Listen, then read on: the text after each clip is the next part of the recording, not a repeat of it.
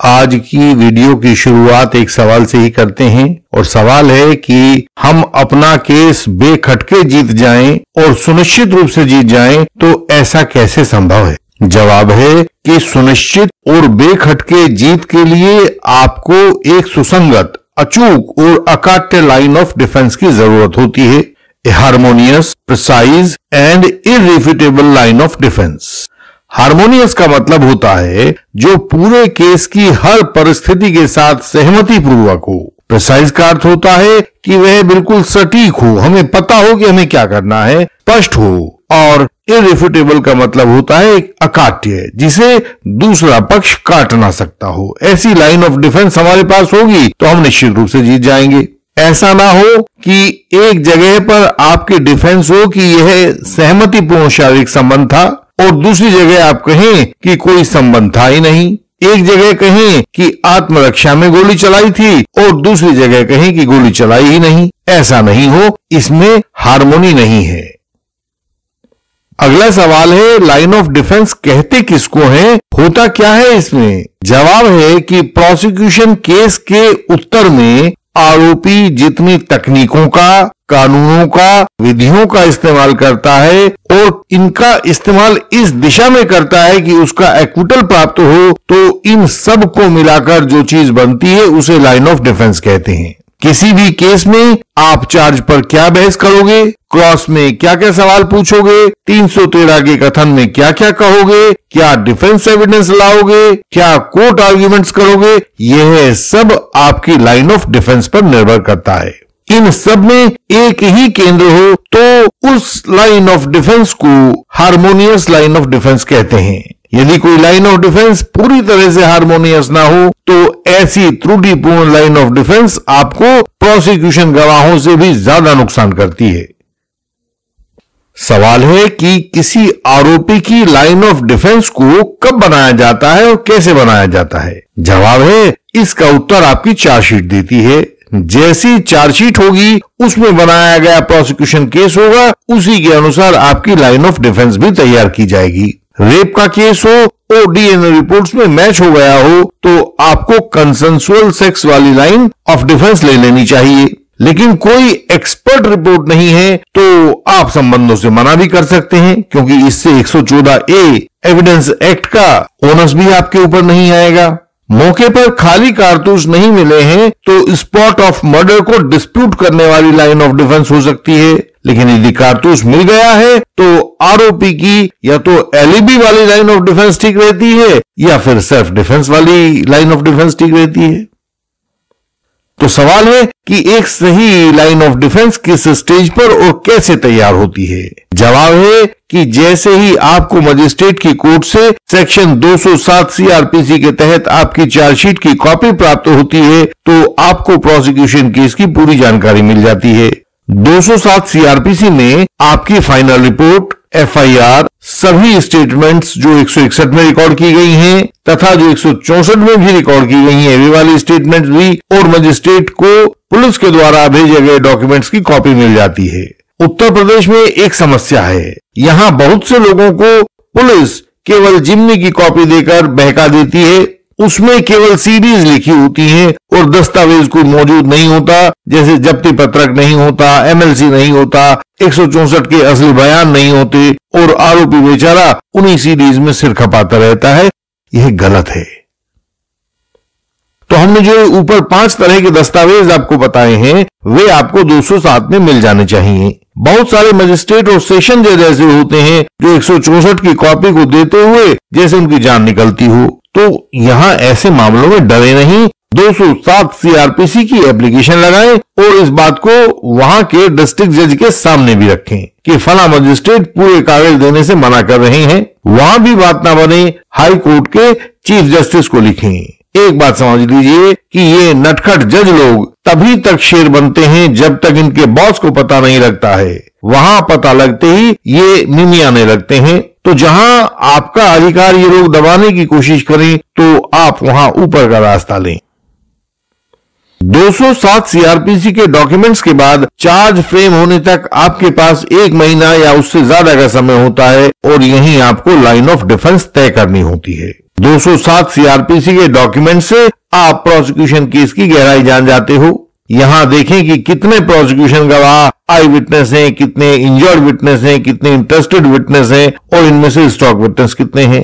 ये सब बातें आप देख लें। कितने गवाहों के बयानों को बरामदगी का सपोर्ट मिला है, कितने गवाहों के बयान नक्शा मौका के मुताबिक नहीं है और कितनों के हैं। इन सब बातों से आप अपनी लाइन ऑफ डिफेंस को फाइनल कर लें।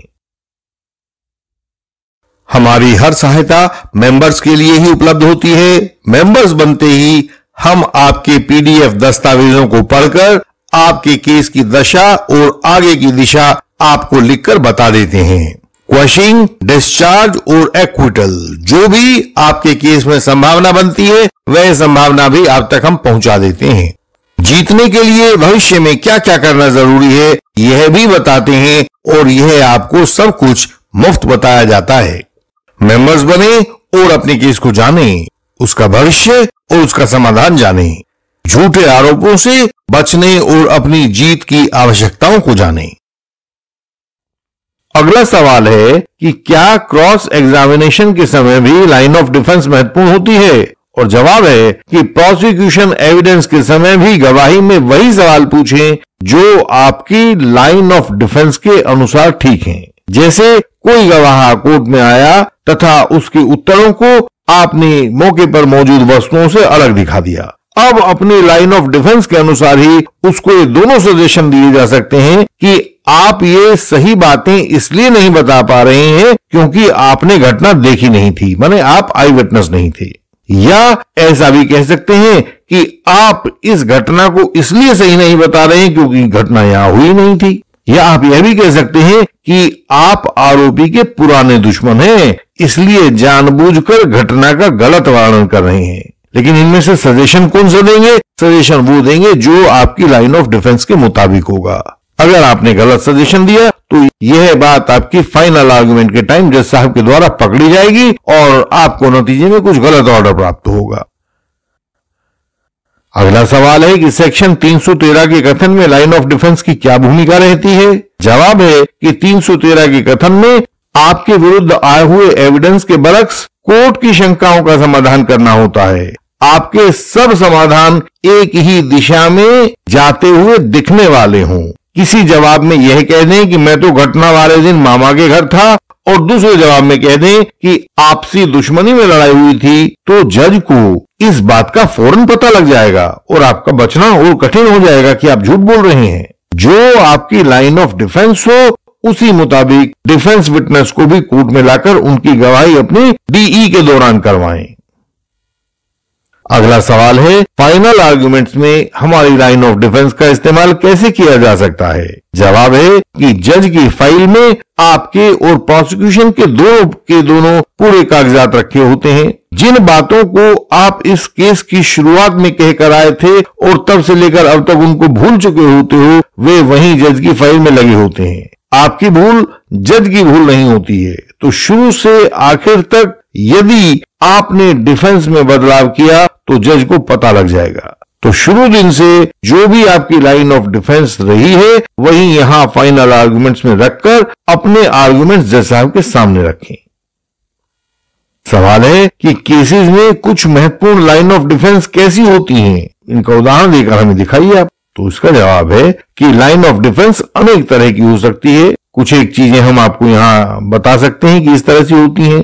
पहली, ऐसा हो सकता है इसमें कहीं कि आरोप ही झूठा है और पुरानी दुश्मनी के चलते यह आरोप लगाया गया है, ये एक लाइन ऑफ डिफेंस है। दूसरी हो सकती है कि इसमें स्पॉट ऑफ अकरेंस को इनकार करना है, यानी कि घटना इस घटना स्थल पर नहीं हुई थी जिसका पुलिस ने आपको नक्शा मौका बनाकर कोर्ट में पेश किया है। घटना किसी दूसरी जगह हुई थी, यहां लाके तो सिर्फ वो डेड बॉडी या जो भी घायल हो वह लाकर यहां डाल दिया गया था। तीसरा, ऐसा भी हो सकता है कि आप दिखाएं कि मेडिकल एविडेंस ही फर्जी है, इस मेडिकल एविडेंस को तोड़ा जाना है। ऐसा भी आप दिखा सकते हैं कि दूसरों के साथ संबंधों के चलते पत्नी ने केस किया है, यह भी एक बड़ी मजबूत लाइन ऑफ डिफेंस होती है और बहुत लोग इसको लेते हैं। 138 के केस में आप कह सकते हैं कि इसमें मेरे चेक का दुरुपयोग किया गया है और बड़ा मुश्किल है क्योंकि 138 को इन्होंने कठिन बना दिया है और मैं इसे साबित करूंगा। तब आपको क्रॉस तगड़ा करना होगा। तीसरा ऐसा भी हो सकता है कि आप किसी लाइन ऑफ डिफेंस में एलिबी ले लें। एलिबी का मतलब होता है कि आप बता दें कि आरोपी तो घटना स्थल पर था ही नहीं, जहां भी यह घटना हुई है, जिसका भी आरोप है, वहां पर आरोपी था ही नहीं, आरोपी किसी दूसरे स्थान पर था। और एक दो केसेस में ऐसी भी डिफेंस हमने ली है कि इसमें पीड़ित की चोट नकली है, ये जो पट्टी बांधे घूम रहा है अदालत में, जरा पट्टी को खुलवा कर देखें, यहां कुछ भी नहीं मिलेगा। तो वह आपके हर केस में अपने अपने केस की जरूरतों के मुताबिक हो सकती है। और अब आप आखिर में हमसे ये सवाल पूछ सकते हैं कि हमारे केस में कौन सी लाइन ऑफ डिफेंस सही रहेगी, कौन सी उपयुक्त रहेगी, यानी कि हम क्या लाइन ऑफ डिफेंस लें। और इसका जवाब है कि इसके लिए आप अपने जो अनुभवी एडवोकेट्स होते हैं कोर्ट प्रेमिसेस में, उनकी सहायता ले सकते हैं। वे पूरी फाइल पढ़ेंगे, एविडेंस का जायजा लेंगे और आपको आपकी लाइन ऑफ डिफेंस समझा देंगे, या 2-3 लाइन ऑफ डिफेंस बता देंगे कि देखिए साहब ये वाली ले सकते हैं, इसमें ये फायदे नुकसान है, वो ले सकते हैं, इसमें ये फायदे नुकसान है, और आप उनका चयन कर सकते हैं। लेकिन यदि कोई ऐसे सीनियर एडवोकेट आपके पास उपलब्ध नहीं है, तो हमारे मेंबर्स, जो भी आप व्यूअर्स में से हमारे मेंबर्स हैं, अपने साफ और बिल्कुल स्पष्ट पीडीएफ हमें भेज देंगे, तो हम उनको इस बाबत सहायता कर सकेंगे। उनके केस को देखकर हम उनको बता सकेंगे कि साहब आपके केस में यह लाइन ऑफ डिफेंस ठीक रहेगी। गलत लाइन ऑफ डिफेंस लेने से लोग बाग अपना केस प्राय हार जाते हैं। केस का कुछ हिस्सा सेल्फ डिफेंस की बात करता है, कुछ हिस्सा फॉल्स एलिगेशन की बात करता है, और तीसरा हिस्सा पुरानी दुश्मनी की बात कहकर आरोप को झुठलाने की कोशिश करता है। नतीजा यह रहता है, जैसे एक घोड़ा गाड़ी को 3-4 दिशाओं में खींचा जाए तो देखिए वह कहां जाएगी। जहां वह गाड़ी जाएगी, ऐसी गड़बड़ी वाली लाइन ऑफ डिफेंस लेने से आपका केस भी वही चला जाता है। इसको ठीक कर लीजिए। हमसे सहायता पाने के लिए हमारा व्हाट्सएप नंबर, हमारा ईमेल एड्रेस और वेबसाइट का यूआरएल आपको सामने स्क्रीन पर दिखाई दे रहा होगा, तथा ये सब बातें हमारी हर वीडियो के डिस्क्रिप्शन में भी होती हैं। समय को गंवाएं नहीं, उसका इस्तेमाल करें।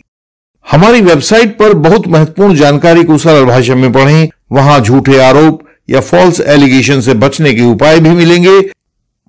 इस वीडियो को लाइक करें, शेयर करें और चैनल को सब्सक्राइब करें। बेल आइकन को प्रेस करें ताकि नई वीडियोस आपसे मिस ना हो जाएं। हम आपसे अगले वीडियोस में फिर मिलेंगे। तब तक के लिए प्रणाम।